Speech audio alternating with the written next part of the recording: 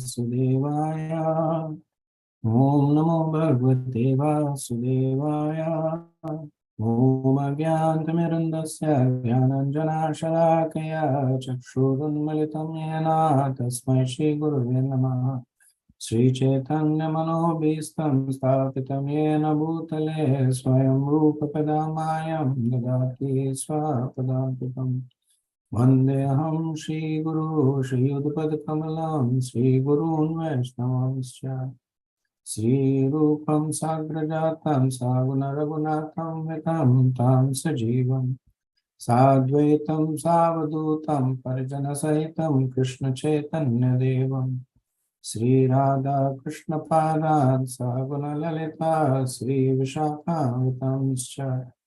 He Krishna Karuna Sindhu Dinabandhu Jagatpate Gopesha Gopika Kanta Radha Kanta Namastute Tapta Kanchana Gaurange Radhe Vrindavaneshwari Vrishabhanu Sute Devi Pranamami Harike Vanchakalpatarubhyascha Kripa Sindhubhya Cha Patitanam Pavanebhyo Vaishnavebhyo Namo Namaha. Jaya Sri Krishna Chaitanya Prabhu Nityananda Sri Advaita Gadadhara Srivasadi Gaur Bhaktivinoda. Hare Krishna Krishna Krishna Hare Hare Hare Rama Rama Rama Hare Hare. Mukham karoti vachanam pangam langyate girim yatkrutatamam vande Shri Gurudin Taranam Paramanandam Madhavam. Shri Guru Paramananda Premananda Palapada Vijananda Pradananda Sri Vayamanyojina. Hare Krishna. Thank you so much for joining. So we completed the 17th chapter last week, and the plan today is that we will allocate about maybe 15 minutes if there are sufficient questions for the previous chapter, and spend the bulk of the time in completing the 18th chapter. And then for the Q&As on 18th, we can do that next week, and the presentations. Yes, Prabhu. Hare Krishna, Prabhu. We had a discussion on when we were having discussion, we had a slight sort of doubt in the last chapter when we were talking about people who are praying to demigods are in the mode of goodness. And in that case, we thought if that is the case, then Hiranyakashipu is worshipping Lord Brahma. So we said, is he in mode of goodness? But the original ask from Hiranyakashipu was not spiritual. So we were like a little bit confused, and then we figured out that the ask is not as per the scripture. So Hiranyakashipu is not in mode of goodness as per the verse. So I just wanted to clarify that if that understanding is correct or not. Thank you, Prabhu. Good question. I think there are two aspects to this. One is the point that you raised, that what is the intention behind the austerity? Like I said, that austerities that is done with a desire to harm the self or the others is in the mode of ignorance. And Hiranyakashipu's intention was to harm Lord Vishnu. He wanted to kill him, basically, right? So that's why it's in the mode of ignorance.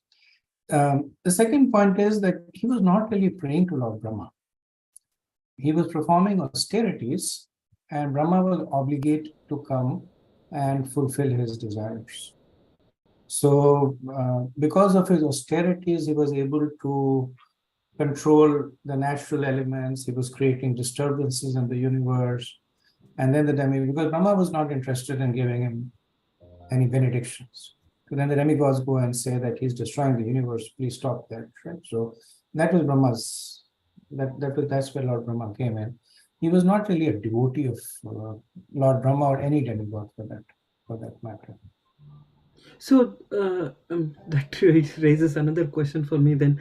So what was he, or who was he praying for? Like, what was his object of prayers in that case? He was instructed by Shukracharya Yeah. on how to perform whatever austerities that he was doing in order to basically get mystic powers. Yeah. Okay. They're mechanical, right? They're mechanical. It's like if you exercise a lot, your physique gets better. So they're more in that realm. Now, Shukracharya was obviously instructing him from the scriptures because all this is there in the scriptures. Yeah. But uh, uh, the point that we discussed last week also was that following scriptures means following it consistently, not cherry picking and following it, not following it on some occasions for some purposes there. Um, so even like the worship of demigods, it's considered in the mode of goodness, but remember chapter 17 is for those who do not follow the scriptures. The question is then how do they worship the demigods? They do follow the scriptures, but they cherry pick. I say, okay, Lord Indra is this, Lord Indra worship, but they don't follow the intent of the scriptures. They superimpose their own intent. So that is in a way negating the adherence to the scriptures. Sorry if I'm okay to ask another question, Prabhu. So, who are the people who will worship demigod as per the scriptures? Then, any examples that we have? So,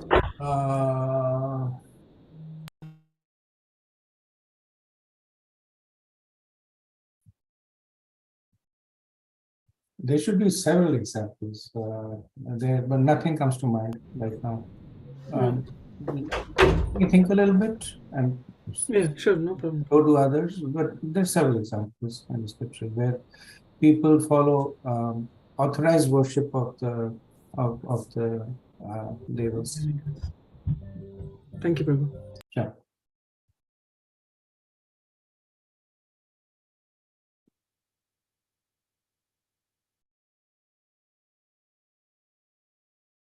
Any other comments, questions? Ajit Krishna Prabhu?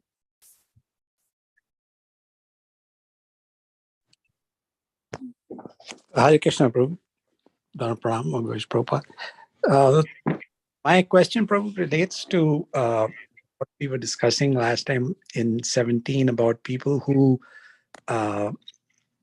cherry pick in terms of demigod worship, and basically for fruitive results. And for the most part, in the whole concept of bhakti is not, or that's kind of foreign to them. And the reason I'm asking this is because, most of the people that we've been in touch with, at least from India, they're like that. I myself, have grown up in that sort of an environment. So, how do we understand the like what kind of natures are these people in? Is it demoniac? Is it divine? I mean, it's neither in one sense because we are not, or they are not strictly following the scriptures, but they do on occasion, like at festivals or at other times, they pray to the demigods, and it's all for fruitive intent. So how do we understand them, and what should be our approach towards such people? Thank you, Prabhu. So essentially, this is pretty much the question that Arjuna asked, because remember in 16th chapter, Krishna talks about two kinds of people: those who follow the scriptures and those who do not. Right. One is divine, one is demoniac. And then Arjuna is like, it can't be black and white. There has to be shades of gray. So the question that he asks is that what about those who have faith, who do activities based on faith, but not necessarily from the scriptures? So that faith may be coming from a cultural perspective, may be coming from family, and we are all familiar with that because we have grown in that environment where there are certain rituals that the family does and we simply do it. And why do we do it? Because it was done. Some we do it because the society does that. Right. And that's when Krishna speaks in 17th chapter, that for those who do activities that are in that category, then it depends on, because they're not following the scriptures, but they're doing pious activities or some kind of activities. Right. So it's predicated on the nature then, the swabhav. So based on the nature, they could be performing activities in the mode of goodness, passion, or ignorance. Right. And because of that, they would be getting some kind of reciprocation there. Right. So then what's the hope for such people? That was a question. And that's where Krishna answers 17th chapter, that all these people, now he doesn't say only mode of goodness. He says all these people, if they do what they are doing with Om Tat Sat, right? He talks about Om Tat Sat, they will become perfect. So this is essentially a paraphrasing of a verse in the Bhagavatam, where it is said that Lord Brahma says in his prayers that Sthanustita, that while you are situated in your own position, if you pray to Krishna, right. your position will be perfect. So it's a chapter of hope, essentially, that even for people who are whimsically doing activities, if they're able to align it with Krishna, right, then those activities will purify them, eventually take them to the path of bhakti. So what do we tell them? Prabhupada would say we don't disturb them, but we say that whatever you're doing, add this to. Like in a practical perspective, when we see people who are who are the most difficult, at least in India, who are the most difficult people to preach to? The Brahmanas, the ones who are very pious, right? Because they're very fixed. And now these could be the Brahmanas who are actually following the scriptures, but they're very difficult to preach because they're experiencing the mode of goodness. Right. So they have that illumination, that happiness. So Prabhupada was saying that you don't disturb them. You say whatever you're doing, add this one more thing, chant one round every day. Right. You're eating, continue to eat. But whenever you're cooking this kind of food, offer to Krishna. So you add that Om Tat Sat to their activities. That's their path to eventual perfection. And when you say, Prabhu, that's the path to eventual perfection, that means maybe not in this lifetime, but the future lifetime, they'll be setting themselves up for better. Exactly. Okay. Exactly. Because they're getting exposed to bhakti, and then bhakti begins to act. So then they lose taste, and we've all experienced this, right? We got exposed to bhakti. Initially, we used to have some kind of a routine that, so I live in a metro area. There are temples of different kinds. There's Lord Shiv temple, Durga temple, Hanuman temple. So we used to go to different temples, visit them. We started going to ISKCON temple. So that was another temple that we went to. And then we developed that taste of Krishna consciousness, and then without even us realizing it, we just started going to one temple, right? So gradually, the nature of devotion is that it makes place for itself and it grows. So gradually, they'll get purified. Got it. Thank you very much, Prabhu. Thank you, Prabhu. Nice question. Ritesh, Prabhu.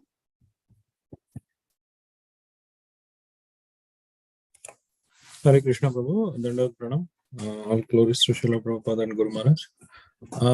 So in the 10th text of the chapter, it says that food prepared for more than 3 hours is considered that food is in the mode of ignorance, right?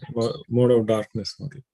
So when we go to temples, sometimes we are served, let's say in the evening, in the Sunday feast, they will serve the morning food, which has been cooked for 3 hours. So this, the food that is prepared, even though that was prasad, is there like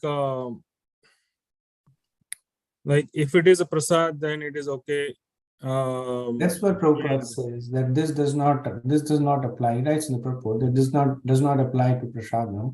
So there are two things that are mentioned here. Food that is the remnants. So remnant means that somebody has eaten it, right? And then you eat it. So that's considered to be in the mode of ignorance, because when somebody eats it, then the saliva is there and the food is contaminated, or food that has been cooked, it started to decompose, and fungus or bacteria is beginning to grow. So that's in the mode of ignorance. But food that has been offered to Krishna, it's not in the modes anymore. It's transcendental to the modes. So then it's not subject to this. So in Vaishnava tradition, we seek out remnants of senior devotees, right? There's one pastime, and it's a video actually, I think I see that Srila Prabhupada, he entered into one of the kundas, I forget which one it was. And then he went into the water and he drank some water, and then he spit out the water. And then the disciples, they jumped after where Prabhupada had spit out the water just to drink that water there. So for spirituality, it's Bhakti Siddhanta Saraswati Thakur had made it his life mission that he would eat the remnants of as many Vaishnavas as possible. There's a very sweet pastime with him and Vamsidhar. There's a Baba called Vamsidhar. So, but yeah, so that's the potency of eating the remnants of the Vaishnavas. And yes, the food that has been offered is immune to decomposition, but we have to apply a practical aspect also. It does not mean that the food is really putrid and decaying, and then we say this is prasadam and eat it and get sick after that. It is as much of a prasadam as we see Krishna in it. Like in the Nectar devotion, it says when you offer food for Krishna, it comes back mixed with Krishna's saliva. So as much as you see that, it is prasadam for you. Is it okay, Prabhu? Yes, Prabhu. Thank you so much. Okay. Thank you. Hare Krishna. So we will start with the 18th chapter, the last chapter, and the longest chapter. Let me share my screen.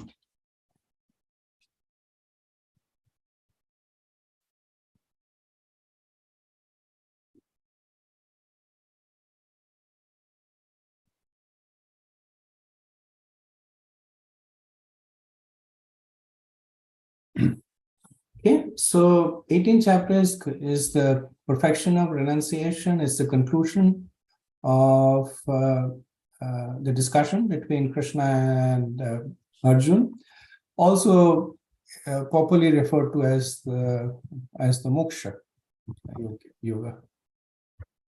Sometimes, at least in Bhakti Sastri, students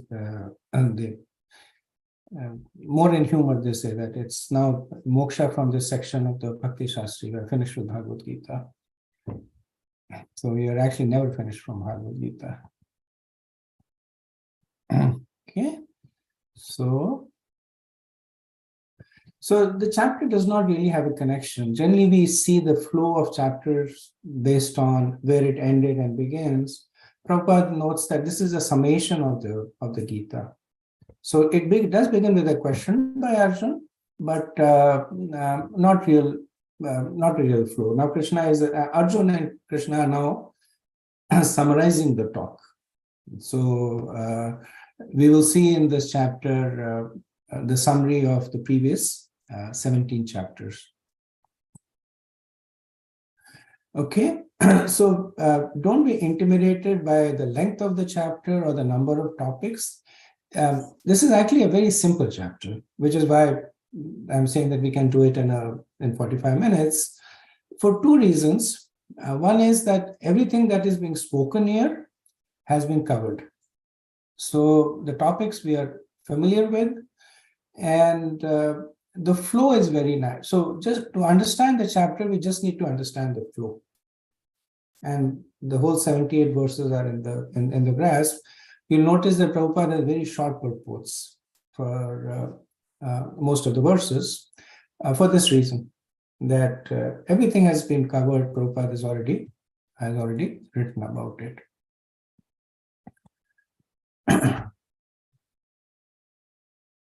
So the chapter begins with this question from Arjun, that which is better?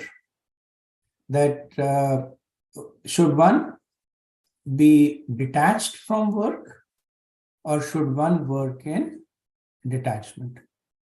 Now, if you remember, this is the same question that has been asked right at the beginning of chapter 3. And when Arjun says that Krishna, Ayo. okay, somebody needs to mute themselves. Thank you. So at the beginning of the chapter 3, Arjun asked this question that I'm confused by your equivocal instructions. That should I work or should I give up work? And then Krishna speaks the 3rd and 4th chapter. Now 5th chapter, Arjun again asks the same question. What is better? To work with detachment or to give up work? And then Krishna speaks. Now the 18th chapter, Arjun is again asking the same question. So basically, this is an indication. So in response to the question, because if you remember, the first chapter is setting of the scenes. The 2nd chapter was a prelude, a summary to the Bhagavad Gita. And the discussion actually started from the 3rd chapter. So the question that was asked at the beginning of the discussion is now being asked again, which is Arjun's signal to Krishna that now let's summarize what has been said. So Krishna basically he will give the same answer that he has been giving, which is that they are both the same. That the difference between tyag and sannyas is that tyag is to work in renunciation. So tyag essentially is giving up the fruits of the activity, and sannyas is to renounce work, which is not work, not be involved in work. And Krishna has been saying they are the same. So he said they are the same, but tyag is better. And he further elaborates by saying that there are 3 kinds of activities that should never be given, which is yajna, tapa, and dana. Even by those who are in the renounced order of life. And that's the reason. So yajna, tapa, and dana are basically symptoms of one who is doing karma. So that's why he's saying that nishkam karma is okay, because by doing karma, you can do yajna, tapa, and dana. And by being detached from the fruits, there is no entanglement. So you get the best of the both the worlds. So the summary of 3rd chapter, 4th chapter, 5th chapter, all is summarized in this answer. So how do yajna, tapa, and dana purify?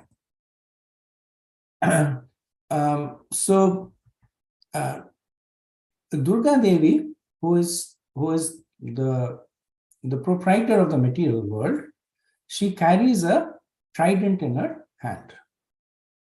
And it is said that the 3 tips of the trident, they represent the 3 kinds of miseries in the material world.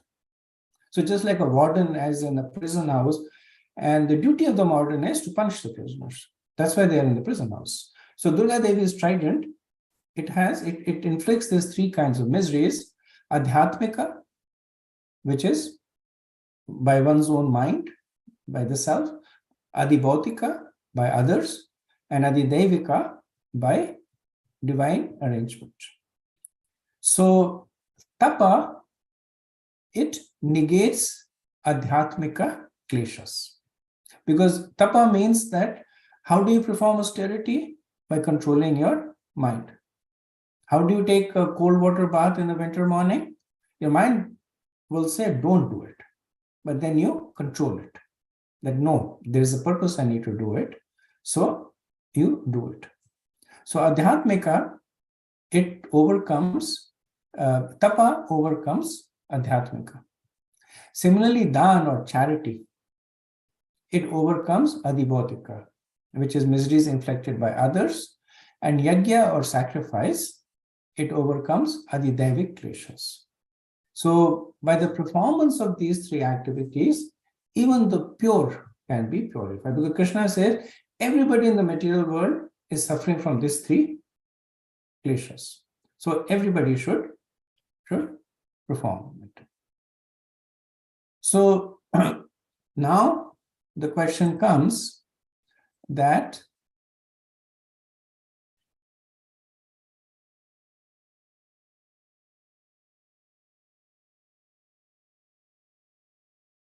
sorry about that. I forgot to remove the animations. So now the question comes that if working with detachment is recommended, how does one actually work in that mood? So in order to answer that question, Krishna goes into the category of jnana. So verses 13 to 18 are summations of chapters 13 to 18. Now 18 is summation, but there is part of information also. So in verses 13 to 18, Krishna is speaking about jnana. The seed verse is the 14th verse, where Krishna says that there are 5 different factors in any action. There is body, there is the kshetra, there is the doer, which is the jiva, karna. There is the senses, which is the karanam. There is the endeavor, which is cheshta. And then there is the supreme, which is Krishna. So Krishna is now giving this jnana to Arjuna, that so before saying how you can act with the attachment, he is describing the anatomy of every action. That how does an action actually happen? That the action happens because of the confluence of these 5 things. And by now you can figure out these 5 things come into the 3 categories. Right? So there is Krishna, there is jiva, and then there is the material nature. Right? So these 5 things are in these 3 categories. So by the interaction of the jiva, Krishna, and prakriti, any activity is performed. Now, what's the need for this knowledge? So this knowledge is giving 2 kinds of realizations that help in being detached. The first realization is that it helps the person develop humility. Right? So the person is not thinking that I am the only doer. Aham karta, aham bhogi. Right? 16th chapter, remember, Krishna says demoniac nature. That's the mode. Aham karta, I am the doer. Aham bhogi. That's why I'm the enjoyer. But when the person sees that I'm not the doer, there are 4 other factors that are the doer, then the person automatically begins to give up this doer mentality. Now the problem of a person giving up the doer mentality is then the person goes and steals somebody and says, I'm not the doer, so you cannot punish me. Or the person acts contrary to the scriptures and says, I'm not the doer. So the second aspect that this gives is accountability. So Krishna says, yes, there are 5 factors here, but remember, you are one of those factors. So Krishna sanctions, the jiva desires, and prakriti executes. So Krishna is thus explaining the finer parts of karma. And again, we did this in 13-14 chapter. We got an understanding of how these 3 things work. But ultimately, when one develops this knowledge, one also develops detachment, right? Then moving on from verses 19 to 40, now Krishna had previously said that 5 factors influence any activities. Now what he does is, he says that even these factors are influenced by the modes of material nature. So this set of verses 19 to 14 is essentially a summary of chapter 14 and chapter 17. So in 14, Krishna explained the different kinds of reaction based on the modes of nature. Like urdhvam gacchati, that by sattvic you go upwards, and the mode of ignorance creates just bewilderment.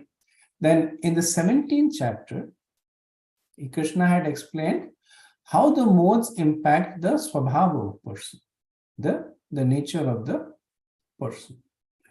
So in this way, Krishna is linking the activities of a person with the nature of the person, and what he will do later on is link the nature of the person with the varna of the person, and he will link the varna of the person to the Vedas. So in this way, the dependence on the scriptures comes. So I won't go through the verses. Krishna talks about essentially 3 things here: knowledge, action, and performer of actions. And he talks about 3 kinds of knowledge, 3 kinds of action, 3 performers of, essentially this is a summary of, like I said, chapter 14 and 17. And the verses are very, very self-explanatory. What you will see is the same general principle being applied over here, that things in the mode of goodness are accompanied with detachment from the results of that activity. Things in the mode of passion, there's a desire to enjoy, and things in the mode of ignorance, they're destructive to the self and others. So you'll see this theme. It's very similar to what we saw in the 17th chapter. And then what does Krishna end up by saying? That there is no being existing. This is the verse 40. There is no being existing here or among the demigods in the higher planetary system who is free from the modes.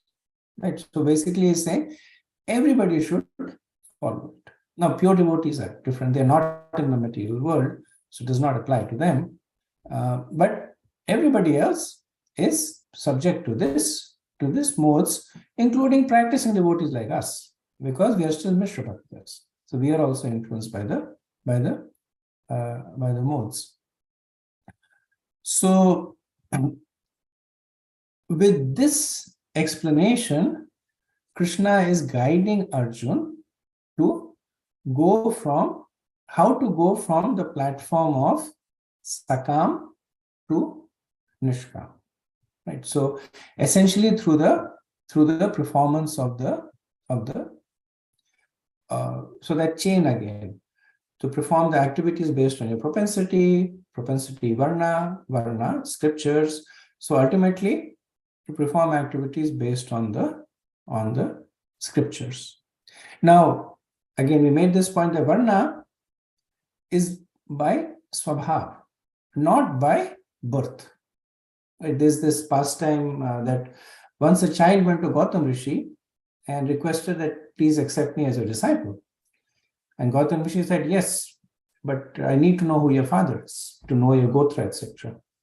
So the child went to his mother and said that, who's my father? And the mother said, unfortunately, I do not know, because when I was young, I was not very chaste. I was with many men, so I don't know who your father is. So the child goes back to Gautam Rishi and he says, I asked my mother, and she says that she does not know who my father is, so I don't know what my varna is. So Gautam Rishi says, you are a Brahmana, because your intrinsic nature is to speak the truth. Being truthful is a defining quality of Brahmana. Similarly, Kshatriyas are chivalrous. We see that in Ramayana, right? Lord Ram, he declares Vibhishan as Lankapati even before the war has been fought. That's the quality of Kshatriyas. And then, of course, Prabhupada makes this point very often that Vaishnavas are beyond Varnas. However, they respect the duties of the Varna. They may not rely on it to make progress. They don't take shelter of it, for any advancements, but they will still respect it for the sake of setting an example for others. And also, as Krishna says, that it purifies everybody and for their own purification. So, in the verse 48, Krishna then says that every endeavor has some fault, even if it is as per the scripture. For instance, the Brahmanas, they have to sacrifice animals. The Kshatriyas, they have to commit violence. The Vaishyas, they have to lie for the business. And the Shudras, they have to follow even the improper instructions of their masters. So why does Krishna make this point? Because he's saying there is only so much that you can get from this part of Sakam to Nishkam. But the only way to transcend this intrinsic faults is by the execution of Bhakti. Right? So now he's taking from Sakam to Nishkam to Bhakti.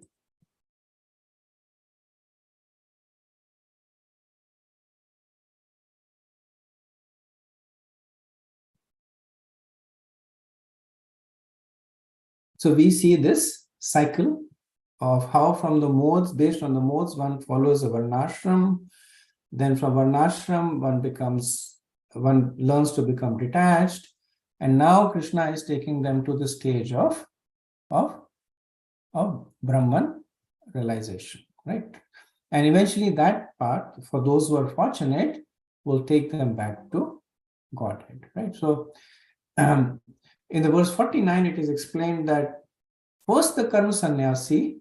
So karma sannyasi is one who is beginning to develop detachment from the work, right? So they give up that mentality of being attached to the fruits of the work. When they are detached, then by good fortune, if they become attached to a devotee, then complete renunciation is there. Now, even for those who do not take to the path of bhakti, then the path that goes from them is through Gyan and Astan, right? So they renounce their work. After they renounce their work, first they renounce the attachment to the fruits of the work. Then as they get more and more purified, they renounce the work. That then at this stage, the intelligence is, the mind is under control and they can perform Astan Yoga. Right? Prabhupada says that this state of mind is called Yoga Rudra. This is the advanced stage or the perfectional stage of yoga there. So this is one path that is given in verse 49, which is the difficult path. But again, because Krishna has spoken about karma, gyan, astan, he speaks about this path. But then he says that I can only be understood by bhakti. So these are verses 56 to 60, which talks about working in pure devotion, pure devotional service. So what does Krishna, as soon as bhakti comes, what does Krishna start talking about? He talks about his own protection, right? He talks about how he protects his devotees. Chapter 9, we see that. So if you look at the verses that have been spoken by Krishna, they fall in two categories. Krishna speaks words of enlightenment, in which case he is speaking tattva. He's giving knowledge to Arjuna. And then Krishna is speaking words of encouragement. Right? That even then I will help the person. My devotee is never punished. Right? So all these words of that I within their heart give them the knowledge. Right? All these are words of encouragement. And they are words of enlightenment also. Right? The nature of the of the soul, the nature of karma. So the two need to go hand in hand. So take a situation where somebody who's very demoralized comes to you, and then you just encourage the person. Don't worry, everything will be okay. Everything will be fine, right? But after some time, it will be hollow. And the person will say, how can you say everything will be fine? Why should I not worry? Now, the other side is you simply enlighten the person that, look, you're in a bad situation because it's your karma, you're reaping the fruits of your own results. Be thankful for that. If you just give philosophy to the person, it's not going to help, right? So ideal is, and this is advice for preaching also, that we should always interleave enlightenment with encouragement. That basically say that, yes, this is what the scriptures say, but there is hopeful. The encouragement is more from a heart-to-heart perspective. So Krishna is doing both, right? He's giving enlightenment and he's giving encouragement. But we will see that from verse 64 onwards, he is giving only encouragement. Right? He's saying that he's giving all the protection that he will give. Now, in the previous verse, when Krishna spoke about the path of working with detachment and then becoming completely free from material conception, that is called confidential knowledge, because essentially that is knowledge of the Brahma. Now, in verses 61 to 63, Krishna now gives what he says is a more confidential knowledge. And here he is saying that you should surrender to Paramatma. Right? Now, this division of confidential, more confidential, most confidential is a little context sensitive. Sometimes it means that confidential is understanding your soul, more confidential is understanding Krishna, most is how to reach Krishna. Sometimes, like in this context, confidential is understanding Brahman, more confidential is understanding Paramatma, and most confidential is understanding Krishna. Sometimes confidential is Sambandha Gyan, more confidential is Abhiday, most is Prayojan. So it's a little context sensitive. Here Krishna is giving more confidential knowledge, which is the knowledge of the Paramatma. Right? And the voice of the super soul is heard by those who have completely purified them, right? So in the Chatushloki, verse 10 and 11, they are speaking about those who are now can listen to the Paramatma, right? Because sometimes we say that, okay, the super soul is saying, when essentially we are just listening to our mind, but we are saying super soul. Once there was Srila Prabhupada was asking for a charity from a wealthy person, and the person said, oh, whenever Paramatma inspires me, I will give you money. He didn't want to give money, so he was just making a statement like, whenever Krishna desires, whenever Paramatma wants, I'll give money. And Prabhupada says that Paramatma wants you to give money, that is why he has sent me to you. As a person gave money after that.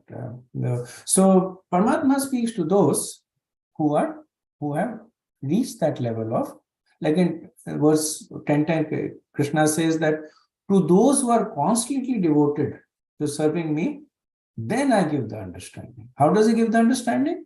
By inspiring from within. But then there is this condition to those who are constantly devoted to serving me. So in verse 63, which is an interesting verse, Krishna says that thus I have explained to you knowledge that is still more confidential. And then he says, deliberate on this fully and then do what you wish to do. So there's once a devotee who was basically saying, this is my favorite verse in the Bhagavad Gita, because Krishna says that you do what you wish to do. Right? Now, again, this is the danger of taking things out of context, right? Because before that, Krishna says, I've explained this knowledge to you. Then he says, deliberate on it. And then he says, you wish what you wish to do. Not that you simply act whimsically, but first receive this knowledge from a bona fide source then sincerely assimilate it. Then do what you wish to do, which means then based on that knowledge, you act in a way that is most appropriate to you, right?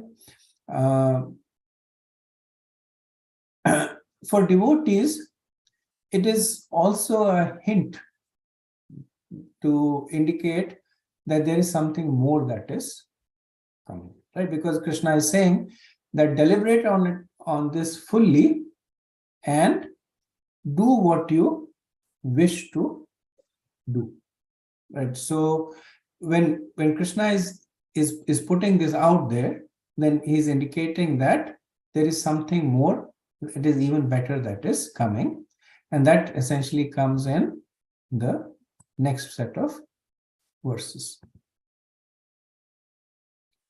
So this is verse 64 to 66, where Krishna is now giving the most confidential knowledge. Like he says, again, I'm giving, because this is a summation.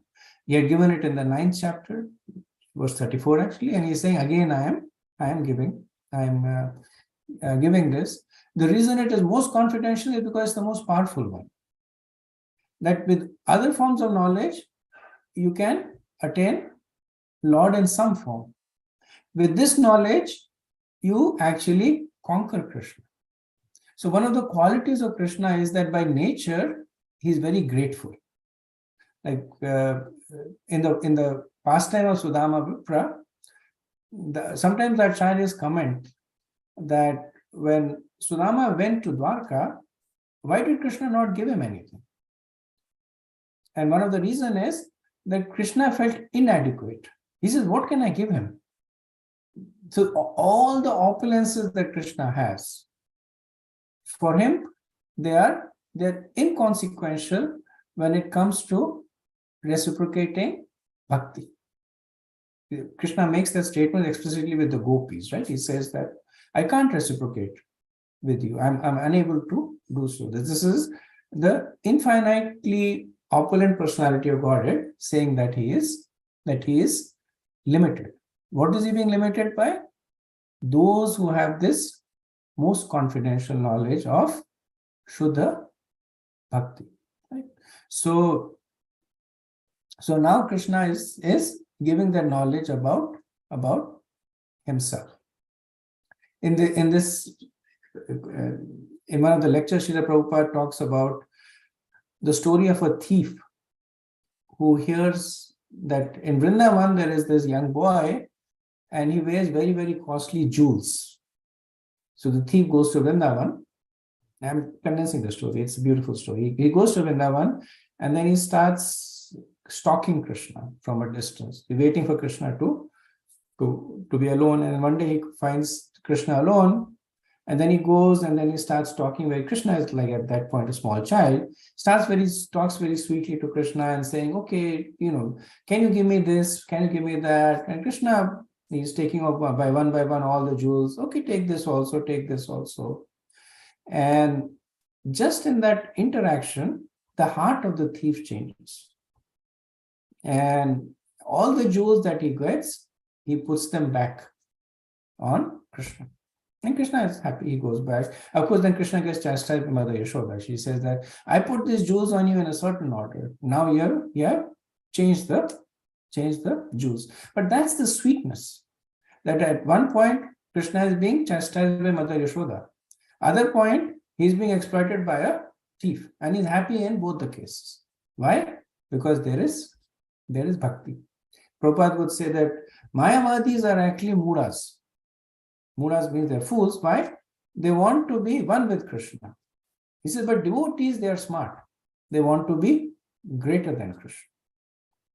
And then he says, he gestures to the deity, and he says that everything that was available to Mother Yashoda is also available to you.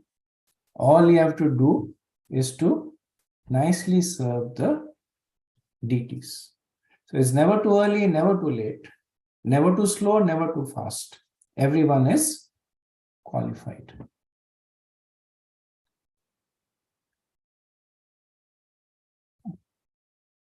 So,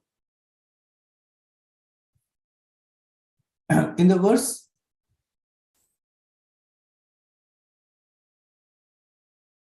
so in the verse 64, Krishna says that I'm giving you this confidential knowledge because you are my very dear friend. So Krishna is becoming very emotional. We see the same thing in 4th chapter, but now he's emotional that I'm giving you this, you're my dear friend, right? I'm giving it to you. Once again, I gave it to you before, 934. Now I'm giving it to you again, right? So what is that? In verse 65, Manmana Bhavad Bhakto, right? That is the first part of the instruction, 4 instruction Krishna gives. Always think of me, worship me, pay homage to me, and become my devotee, right? And then Krishna does what is called Satya Sankalpa, that I promise you this, that you will come to me without fail. So one of Krishna's name is Satya Sankalpa because whatever he says comes true. And Krishna, in this verse, he conclusively establishes the superiority of bhakti over all other forms of yogas, right? He says, being my devotee, think of me. So this excludes the jnani or the yogi who meditate. And then since the mind controls the senses, the jnana and the karma indriyas, this means that everything that is being done by those indriyas is now being done for Krishna. Right? So this way, karma, jnana, and astang are all being shown to be encompassed within bhakti. Right? And how does Krishna reciprocate? He says that I promise you that you will come to me. And in order to further embellish the promise, he says that you're my dear friend. If you were my enemy, I may make a promise to you and not keep. But you're my dear friend. So my promise is Satya Sankalpa. And then verse 66 is considered to be the emperor verse, Sarvadharma Pratyaje. It is Antya, the conclusion of the Bhagavad Gita. So these verse 65, 66, you see they come in the category of Krishna encouraging us, Arjun and us. So in the previous verse, Krishna had said bhakti as the highest goal. Now he expands on bhakti further. That surrender only to me and nobody else. But then Arjun might say that Krishna, I have so many other duties. I have the dharma as a king, I have a dharma as a son, I have a dharma as a kshatriya. So I'll be breaking all those dharmas if I exclusively surrender to you. So Krishna says that Masucha, do not fear. So when Krishna says Sarvadharma Pratyaje, then he's talking about all the other dharmas that are given in the scriptures. And by surrendering to Krishna, he says that the devas will never be offended, the pitras will never be offended, prakriti will never be an obstruction for you. Why? Masucha. Because I say so that you have nothing to fear. So now 66 is essentially the end of the instructions of Bhagavad Gita. So now Krishna begins to speak about the preaching aspect of Bhagavad Gita. So as part of, and this is done in Gurukuls also, as part of teaching, the teacher also instructs the student how they should teach, right? So, so Krishna says that this information, this knowledge that I have given you should not be given to people who have these three qualities. That they lack sense control, which means they're grossly materialistic. They do not have faith in Krishna, which means they're atheistic. And they lack devotion, which means they're mental speculators. And even if they have these three qualities, they should not be envious of Krishna, which means they should not be impersonalists. Impersonalists consider, they consider to be envious of Krishna because they want to take Krishna's possession. Now, from a preaching perspective, one may think that a person can actually be situated in this only after reading Bhagavad Gita. Only then a person will cease to become envious of Krishna. So if these conditions were applied up front, then they become like self-defeating. That those who have read the Bhagavad Gita have these conditions, they don't need to be preached to. And those who do not have this condition, this verse prohibits from preaching. So that is where the role of the preacher becomes most important. That the role of the preacher then is that they have to open the heart of the person so that the person loses this materialism or envy for Krishna or mental speculation, and then they take. It's like the ninth offense, right? The ninth offense against the holy name is to preach the glories of the holy name to the one who does not have faith. Right? Then how do you start people to chant? And the explanation there is, you can tell them that chant Hare Krishna. You don't have to tell them the esoteric details. You don't have to tell them that there's so many deep realizations that the devotees derive from chanting. You don't have to go there. But you can tell them, chant Hare Krishna and your mind will be at peace. Chant Hare Krishna and your business problems will go away, right? So that's where the expertise of the preacher comes. For instance, Srila Prabhupada, he writes his purports in such a way that he does three things. He attracts the innocent, he guides the inquisitive, and he drives away the envious. So one is sincerely inquiring, they read the purport and they get attracted. One who's practicing, they get inspired. Like they know they get more inspiration from him. And those who are envious, they read the purport and they say, oh, this is not for me, right? So that's the expertise of a preacher. So what does Krishna do now?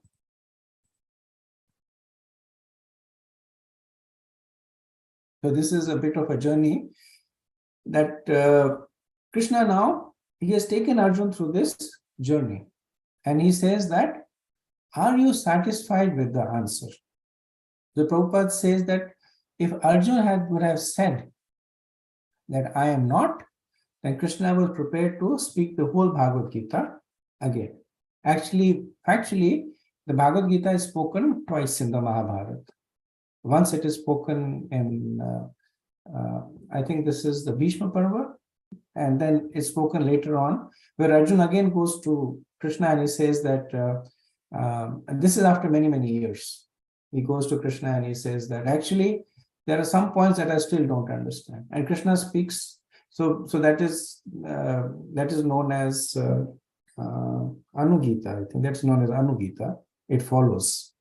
So there he speaks it in a little different way, different verses, chapter. It's a longer Gita, but Krishna actually does that. He's true to his word. But here, Arjuna at this point, he responds with 4 realizations. In verse 73, he says that my ignorance has gone. So what was his ignorance? That I am the body and I am independent. So these 2 aspects of the ignorance has gone. Then he says that I have understood correctly the nature of things, which means that now he has understood I am not the body but the soul. Krishna is the personality of Godhead and I have a relationship of service. Right? So correctly understood the nature of things means that now I have Sambandha Gyan. Then he says that this is only possible by the mercy of Krishna. So What is his realization here? That only by taking shelter of a descending knowledge from a bona fide source can one make advancements. And then what is the result? He says, now I am ready to act according to the instructions. Abhidhe. Right? So once you understand, so Bhagavad Gita gives you Samad Gyan. Now you're ready. You understand who you are, who Krishna is. Now act upon it. That's what Arjuna is saying as his fourth realization. Now I'm ready to act according to the instructions. This verse is also a powerful argument against Mayavad, because you notice that Arjuna here says that my illusion has gone. Now, according to the Mayavadis, once your illusion has gone, you become God. But here what Arjuna is saying, my illusion is gone, now I'm ready to serve you. Right? So that's the Vaishnava philosophy, that once your illusion is gone, then your real relationship of service to Krishna is established. So from verse 74 onwards is glorification by Sanjay, right? So Sanjay, he glorifies his guru, Vyasadeva, by whose mercy he has heard the conversation. He glorifies the conversation, the Bhagavad Gita. He glorifies Krishna, and he glorifies the consequence of the listening to this conversation. And in the last verse, verse 78, so if you remember in the very first verse of the Bhagavad Gita, Dhritarashtra asks, like Dham Kshetra Kurukshetra, so he says, Kim Kurvata Sanjaya? What did they do? In the last verse, Sanjay is answering that question, saying that the Pandavas are going to win. Why? Because there is Krishna, he is the master of all the mystics, and he brings everything into motion, maintains all living entities, and because he is there, victory is on the side of the Pandavas. So in the first verse, when we were doing an analysis that this question, what did they do? Kim Kurvata, then Vishwanath Chakravarti says that it's a superfluous question, that they are on the battlefield. So why did Dhritarashtra ask, what did they do? But really speaking, Dhritarashtra was asking that how will the war end? What does Sanjay think? How will the war end? And this is the answer to that question.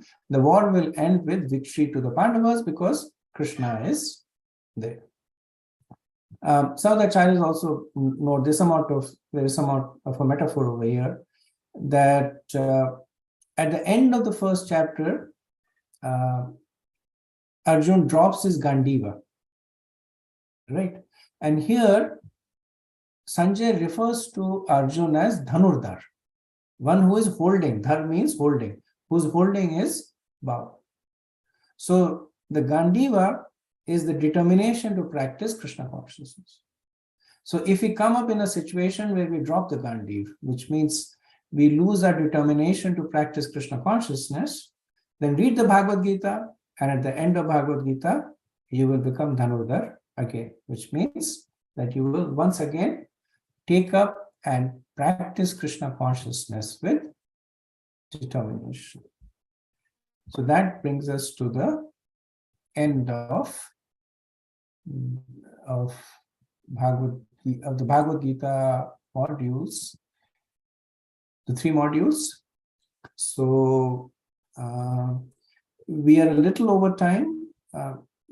The plan for next week is that we will start with any question answers that you may have on the chapter, and then after that we have each of the groups doing the presentations on the 5 topics of the Bhagavad Gita. Okay, so I'll end over here. I think, yes, Prabhu, you have a question? Yeah, Hare Krishna Prabhu. So that presentation, how many minutes each group should take? We'll follow the same format that each group does between 3 to 5 minutes at the most.